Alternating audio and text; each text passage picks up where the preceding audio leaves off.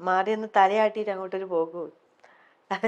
പിന്നെ എൻ്റെ അമ്മ എന്നെ കൊണ്ട് കുറേ വിഷമിച്ചു. ഇപ്പം സന്തോഷിക്കുന്നുണ്ട്. തീർച്ചയായിട്ടും കണ്ണു നിറയും. ഇത് കേൾക്കുമ്പോൾ എനിക്കും ഉണ്ട്, എനിക്ക് 2 ഏട്ടന്മാരാ. അപ്പം എനിക്കിത് കേൾക്കുമ്പോൾ ആ ഒരു ശരിക്കും റിലേറ്റ് ചെയ്യാൻ പറ്റുന്നുണ്ട്. ദിവ്യ പറയുമ്പോൾ നമ്മുടെ ഏട്ടന്മാർ നമ്മളെ പിടിക്കുമ്പോൾ നമുക്ക് തോന്നുന്ന ആ ഒരു ഫീൽ ഉണ്ടല്ലോ. വീഡിയോയിൽ ഉണ്ടായിരുന്നത് ആണോ? ഏട്ടൻ്റെ ഏടത്തിയമ്മ പറയും ഒന്ന് കല്യാണമായിട്ടുണ്ട്. ഏടത്തിയമ്മക്ക് ഭയങ്കര എന്ന് പറഞ്ഞാൽ ചെയ്തു. അത്രക്ക് ഇഷ്ടം വേഗം ഒന്ന് കെട്ടിയിട്ടുണ്ടെങ്കിൽ എണ്ണമാണ് ദിവസങ്ങൾ. എല്ലാവരും അങ്ങനെയാണ്. പിന്നെ ഏപ്രിലിൽ അങ്ങനെ ആയതുകൊണ്ട് ഈ ഇത്രയും നീട്ടണമെന്നൊക്കെ കുറേ പേര് ചോദിച്ചു, വേഗം കല്യാണം കഴിച്ചുകൂടെ അങ്ങനെ ഇങ്ങനെ. എല്ലാരും ഹാപ്പിയാണ് ഇപ്പൊ. എല്ലാത്തിനും ഒരു സമയമുണ്ട്. ഇപ്പൊ അമ്മയ്ക്കും ചേട്ടനും എല്ലാവർക്കും സന്തോഷാണ്. പിന്നെ എന്തിനാ ഈ കണ്ണുകൾ നിറയണേ? അതെ, എന്നാലും നമുക്കത് പറയുമ്പോൾ അറിയാണ്ടൊരു ഇമോഷണൽ, നമുക്ക് ആ ഒരു ഇമോഷനിൽ വന്നു പോണ ഒരു ഇതാണല്ലേ. നമുക്ക് ചിരിക്കാം. ചിരിയുണ്ട്, ചിരിയുടെ കൂടെ ആനന്ദക്കണ്ണീര്. സത്യം, ആനന്ദക്കണ്ണീരാണത്. അല്ല, നമ്മള് ഒരിക്കലും നമുക്ക് തിരിച്ചു കിട്ടുമെന്ന് പ്രതീക്ഷിക്കാതിരുന്ന സമയത്ത് പെട്ടെന്ന് നമ്മുടെ അമ്മയുടെയും വേറെ ആരുടെയും അല്ല, സ്വന്തം അമ്മയുടെയും ആങ്ങളയുടെയും ആ സ്നേഹം, അവരുടെ ഒരു ലാളന, അവരുടെ ഒരു കരുതൽ, അതൊക്കെ കിട്ടുമ്പോൾ നമുക്ക് വല്ലാത്തൊരു തിരിച്ചു കിട്ടുമ്പോണ്ടാകുന്ന സന്തോഷം. പിന്നെ അതുപോലെ തന്നെ ഞാൻ ഏട്ടന്റെ കൂടെ വാലയെ തൂങ്ങി ഇങ്ങനെ നടക്കണ്ടല്ലോ, കുട്ടിക്കളി കളിച്ച്. പക്ഷെ അതൊക്കെ എന്റെ നല്ല പ്രായത്തിൽ നഷ്ടപ്പെട്ട കുറച്ച് കാലങ്ങളല്ലേ, അതൊക്കെ എനിക്ക് തിരിച്ചെടുക്കണ്ടേ. തീർച്ചയായിട്ടും. നമുക്കൊരു ഈ ഒരു ജീവിതമല്ലേ ഉള്ളൂ. ഈ ഒരു ജീവിതത്തിൽ ഇതെല്ലാം ഞാൻ കുറച്ച് കുട്ടിയായിക്കോട്ടെ. അതെ, കുട്ടിയായിട്ട് തന്നെ അതൊക്കെ അങ്ങ് എൻജോയ് ചെയ്യാം. എനിക്ക് നഷ്ടപ്പെട്ടതൊക്കെ ഞാനൊന്ന് ആസ്വദിക്കട്ടെ. തീർച്ചയായിട്ടും ദിവ്യ. ഓക്കെ, വിവാഹ സമയത്ത് നിങ്ങളെ 2 പേരെയും നമ്മൾ പറഞ്ഞു. ദിവ്യക്ക് ജീവിതത്തിൽ ഇതിനോടകം ക്രിസ് കൊടുത്ത ഏറ്റവും വലിയ ഒരു ഗിഫ്റ്റ്? എനിക്ക് ഏട്ടൻ ഗിഫ്റ്റാ. എന്നെ ഏറ്റെടുത്തു, എന്റെ മക്കളെ ഏറ്റെടുത്തു. അത് തന്നെ ഏറ്റവും നല്ലൊരു സമ്മാനം. തിരിച്ചു കൊടുത്തതോ? തിരിച്ചെന്ത് കൊടുത്തു? ഞാൻ 2 മക്കളെ കൊടുത്തു, ഭാര്യനെ കൊടുത്തു.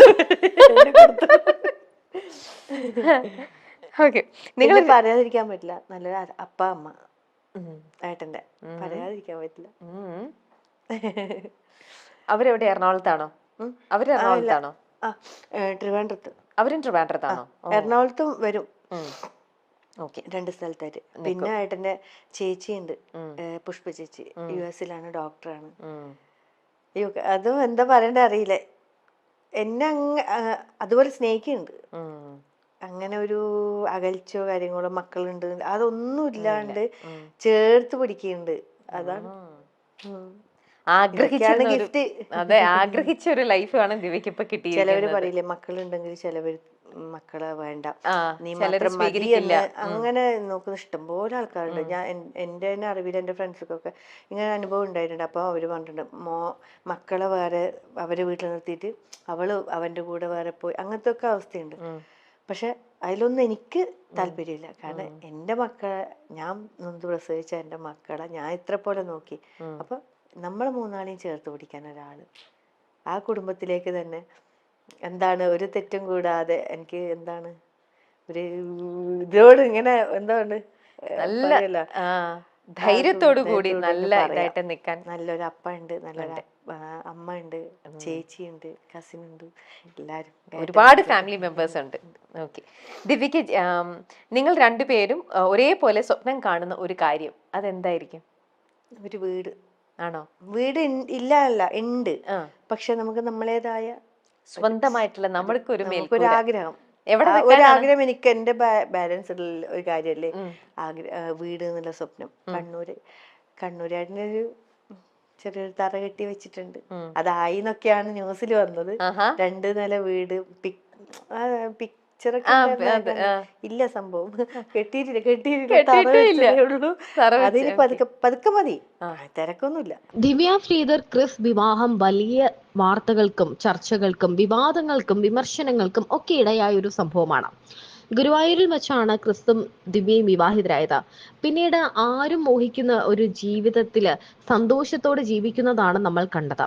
തുടക്കത്തിൽ ഈ കിളവനെയാണോ വിവാഹം കഴിച്ചത്, 36-കാരിക്ക് 80-കാരൻ എന്നൊക്കെ പറഞ്ഞ് നിരവധി വിമർശനങ്ങൾ ഉണ്ടായി. എന്നാൽ കാണുന്ന പോലെയൊന്നും ആയിരുന്നില്ല അദ്ദേഹത്തിന്റെ പ്രായം. തുടക്കത്തിൽ കുറേ വിമർശനങ്ങളൊക്കെ കേട്ട്, കുറേ കമന്റുകളൊക്കെ കേട്ട്, കാരണം പണത്തിന് വേണ്ടിയാണ്, സെക്സിന് വേണ്ടിയാണ് എന്നൊക്കെ പറയുന്നുണ്ടായിരുന്നു പലരും. എന്നാൽ ദിവ്യയുടെ ഇപ്പോഴത്തെ മാറ്റം കണ്ടാൽ അറിയാം എന്ത് സന്തോഷത്തിലാണ് ഇവർ ജീവിക്കുന്നത് എന്ന്. ദിവ്യയ്ക്ക് ക്രിസ് കൊടുത്ത, ഏട്ടൻ കൊടുത്ത ഏറ്റവും വലിയ സമ്മാനം എന്താണ് എന്ന് ദിവ്യ ഇപ്പോൾ തുറന്നു പറയുകയാണ്.